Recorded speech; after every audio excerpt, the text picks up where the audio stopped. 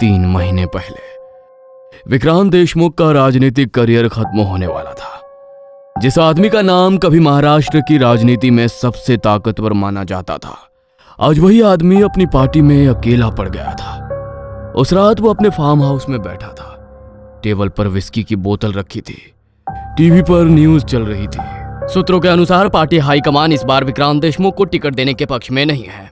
कई वरिष्ठ नेताओं ने उनके खिलाफ मोर्चा खोल दिया है। राजनीतिक विश्लेषकों का मानना है कि ये उनके करियर का अंत हो सकता है। गिलास टीवी से जा टकराया, कांच टूट गया, स्क्रीन काली पड़ गई, कमरे में सन्नाटा छा गया। विक्रांत की सांसें तेज चल रही थी।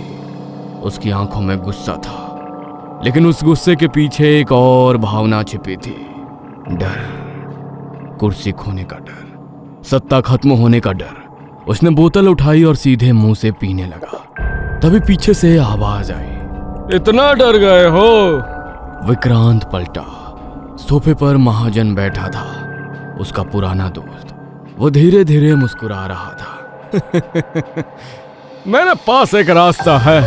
कौन सा रास्ता? महाजन कुछ सेकंड चुप रहा, फिर बोला, एक आदमी है। कौन? भैरवनाथ। कमरे में सन्नाटा छा गया।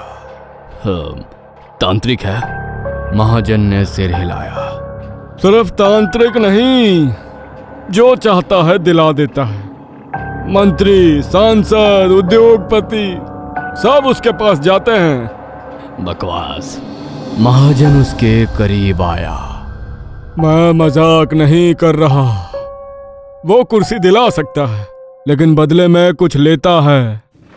बाहर बिजली कड़की, खिड़की के बाहर सफेद रोशनी फैली और उसी पल विक्रांत ने कांच पर कुछ देखा। एक काली आकृति, जैसे कोई आदमी बारिश में खड़ा उसे देख रहा हो।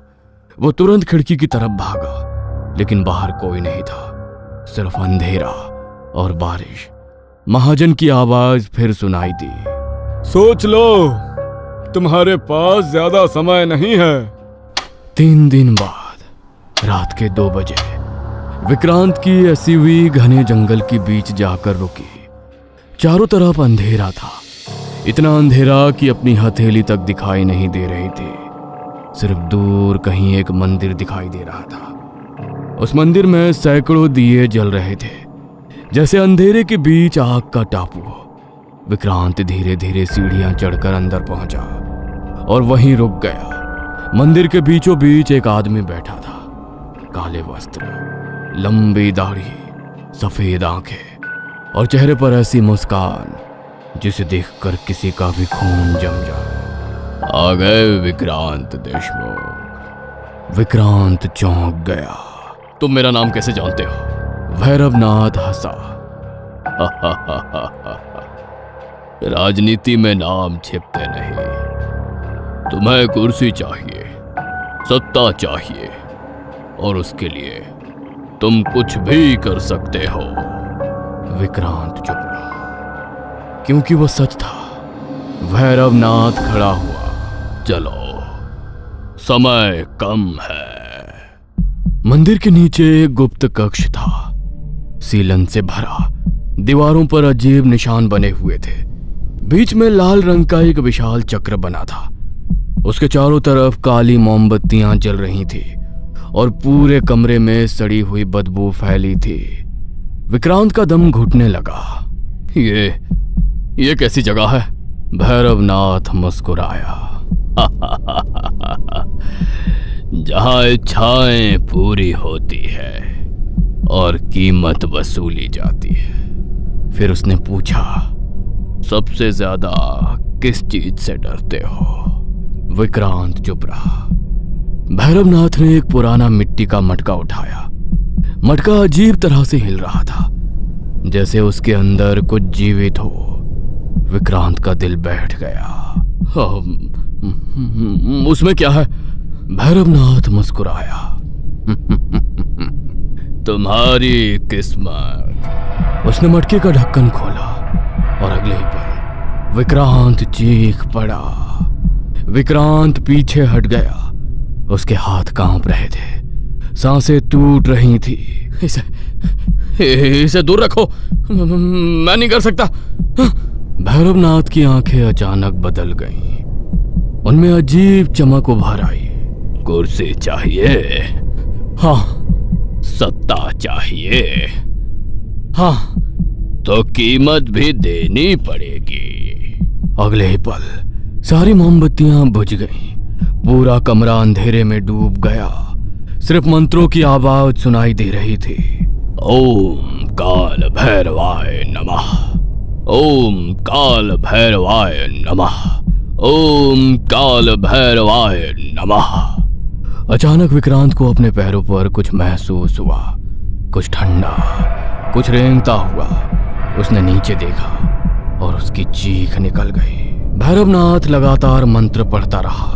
राज सिद्धि पूर्ण हो, राज सिद्धि पूर्ण हो, राज सिद्धि पूर्ण हो। अचानक सब शांत हो गया। सन्नाटा, ऐसा सन्नाटा जिसमें अपनी धड़कन भी सुनाई दे। विक्रांत बेहोश पड़ा था। जब उसकी आंख खुली, सुबह हो चुकी थी। वो अपने फार्म हाउस के बेडरूम में था। सब कुछ सामान्य लग रहा था, जैसे पिछली रात सिर्फ एक सपना रही हो। लेकिन फिर उसकी नजर आईने पर गई। उसके मुंह के कोने से एक काला द्रव्य निकल रहा था। विक्रांत का खून जम गया। यह सपना नहीं था। इसके बाद सब कुछ बदलने लगा। जिस नेता ने उसे हटाने की योजना बनाई थी, वो अचानक भ्रष्टाचार के मामले में फंस गया। एक बड़ा विरोधी नेता रहस्यमयी सड़क दुर्घटना में घायल हो गया। पार्टी हाई कमान का रुख बदल गया। जो लोग कल तक उसके खिलाफ थे, आज उसी की तारीफ कर रहे थे। मीडिया उसे भविष्य का मुख्यमंत्री बता रही थी। राजनीतिक गलियारों में सिर्फ एक ही नाम था, विक्रांत देशमुख। और चुनाव वाले दिन चमत्कार हो गया। ऐतिहासिक जीत, रिकॉर्ड मतों से जीत, जश्न, पटाखे, फूल, नारे, चारों तरफ सिर्फ उसकी चर्चा। लेकिन उसी रात जब वो अपने बंगले में अकेला सो रहा था, उसे एक आवाज सुनाई दी। उसने आंखें खोली। कमरा अंधेरे में डूबा था। आवाज दीवार की तरफ से आ रही थी। विक्रांत ने लाइट ऑन की और उसके पैर वहीं जम गए। दीवार पर एक कॉकरोच देखा, फिर दूसरा, फिर तीसरा, फिर 10, फिर 50, फिर सैकड़ों। पूरी दीवार काली पड़ चुकी थी। कॉकरोच एक दूसरे के ऊपर चढ़ रहे थे, रेंग रहे थे और धीरे धीरे उसकी तरफ बढ़ रहे थे। विक्रांत चीख पड़ा। उसने लाइट बंद की, फिर दोबारा जलाई। दीवार खाली थी, कुछ भी नहीं, एक भी कॉकरोच नहीं।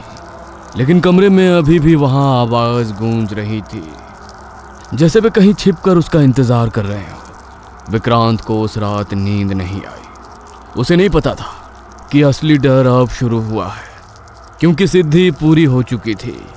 कुर्सी उसे मिल चुकी थी और अब श्राप अपनी कीमत वसूलना शुरू कर चुका था। जीत के बाद पहली कैबिनेट मीटिंग थी। मंत्रालय का विशाल कॉन्फ्रेंस हॉल नेताओं और अधिकारियों से भरा हुआ था। सभी की निगाहें विक्रांत देशमुख पर थीं। अब वो सिर्फ एक नेता नहीं था, वह सत्ता का केंद्र था, राज्य का सबसे ताकतवर आदमी। विक्रांत आत्मविश्वास के साथ भाषण दे रहा था। हमें भ्रष्टाचार के खिलाफ सख्त कार्रवाई करनी होगी। कानून व्यवस्था हमारी पहली प्राथमिकता होगी। सभी मंत्री ध्यान से सुन रहे थे। तभी उसके गले में अचानक कुछ हिला, एकदम भीतर, जैसे कोई जीव सांस की नली के आसपास रेंग रहा। विक्रांत रुक गया। उसने पानी उठाकर पी लिया। कुछ सेकंड तक सब ठीक रहा, फिर एहसास और बढ़ गया। इस बार उसे साफ महसूस हुआ, कुछ ऊपर चढ़ रहा था, बहुत धीरे धीरे, बहुत करीब। उसकी धड़कन तेज हो गई। सर, एक मंत्री ने पूछा, सब ठीक है? विक्रांत ने जवाब देने के लिए मुंह खोला, लेकिन शब्द बाहर नहीं निकले। कुछ और निकला, एक छोटा काला कॉकरोच। वो उसकी जीभ पर आकर रुक गया। पूरा कमरा जम गया। 1 सेकंड, 2 सेकंड, 3 सेकंड, फिर कॉकरोच टेबल पर गिरा और तेजी से भाग गया। कमरे में मौजूद हर व्यक्ति का चेहरा सफेद पड़ चुका था। किसी को समझ नहीं आ रहा था कि अभी क्या हुआ। विक्रांत खुद कांप रहा था। मीटिंग खत्म।